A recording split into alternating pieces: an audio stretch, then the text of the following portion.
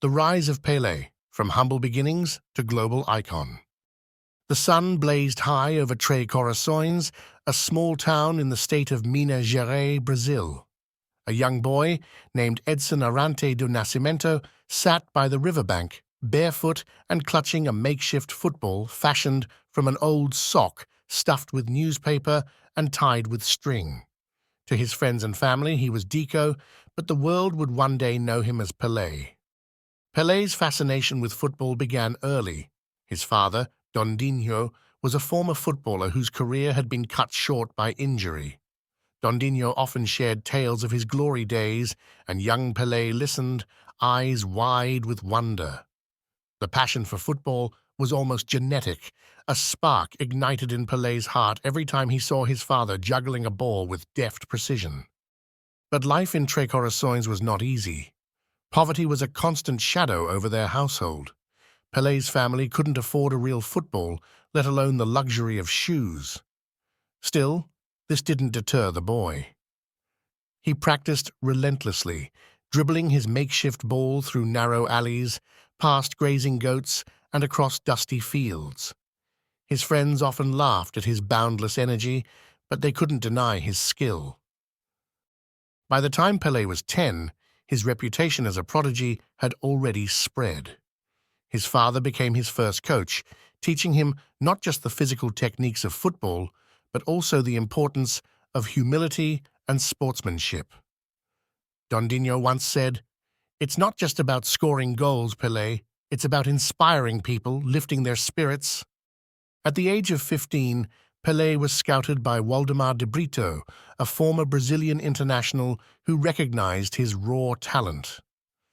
De Brito brought Pelé to Santos Futebol Clube, promising the club's officials that the boy would become the greatest player in the world. Skepticism lingered in the air. After all, Pelé was just a teenager, but within weeks he proved his worth. Pelé's debut for Santos was electric. He scored in his very first match, leaving the audience stunned by his uncanny ability to predict the flow of the game. He moved like water, fluid and uncontainable. Defenders who tried to mark him found themselves outmaneuvered as if chasing a shadow. The stadium roared with a name that would soon echo around the globe: Pelé. By 1958, at the tender age of 17, Pelé was called up to represent Brazil in the World Cup held in Sweden. He was initially a substitute, but when given the chance to play, he transformed the tournament. In the quarterfinals, he scored the only goal in a tense match against Wales. In the semi-finals, he dazzled with a hat-trick against France, and in the final, against the host nation, Sweden, he cemented his legend. Brazil won 5-2, claiming their first ever World Cup. At 17, Pelé became a national hero, the youngest player to win the tournament. The streets of Rio de Janeiro, São Paulo, and every small village in Brazil erupted in celebration. For a nation struggling with political turmoil and economic hardship, Pelé was a symbol of hope and unity. The years that followed were a whirlwind of glory.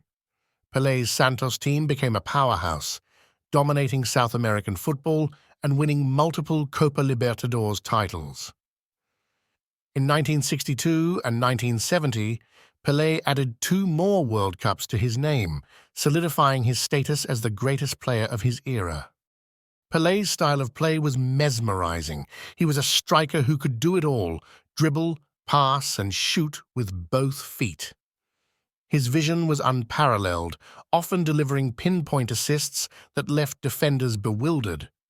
But more than his technical brilliance, it was his joy for the game that captivated audiences. When Pelé scored, he celebrated with unbridled passion, arms outstretched as if to embrace the entire world. Yet, the journey wasn't without challenges. In the 1966 World Cup, Pelé was brutally fouled in every game, leading to Brazil's early exit. Injuries threatened to derail his career, and he considered retiring from international football. But the love of the game pulled him back. In the 1970 World Cup, held in Mexico, Pelé returned stronger than ever.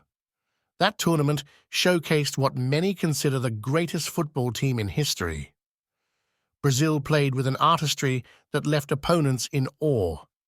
Pelé's header in the final against Italy, followed by his perfectly weighted pass to Carlos Alberto for the fourth goal, epitomized his genius. Brazil won 4-1, and Pelé lifted the Jules Rimet trophy for the third time.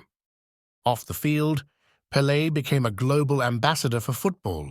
He toured the world, playing in exhibition matches and promoting the sport in countries where it was still growing. His charisma transcended language barriers, and his humility endeared him to millions. In 1975, Pelé signed with the New York Cosmos in the North American Soccer League. While many saw this as the twilight of his career, Pelé viewed it as an opportunity to grow the game in the United States. His presence brought unprecedented attention to the league, and his performances, even in his mid-30s, were nothing short of spectacular. Pelé's influence extended beyond football.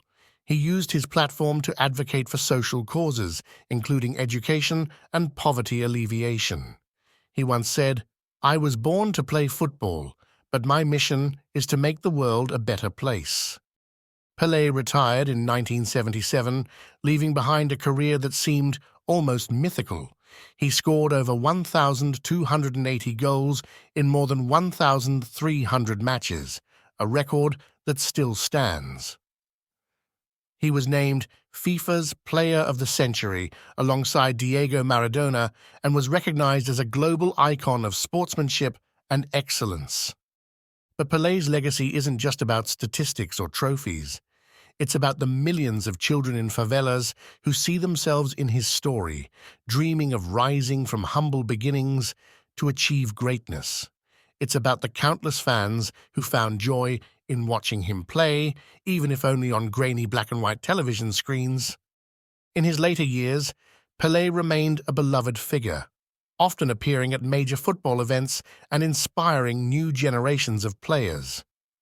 When asked about his incredible journey, he would smile and say, "Football gave me everything, and I gave it my heart." The world will never forget Pelé, the boy from Três Corações who became the king of the beautiful game.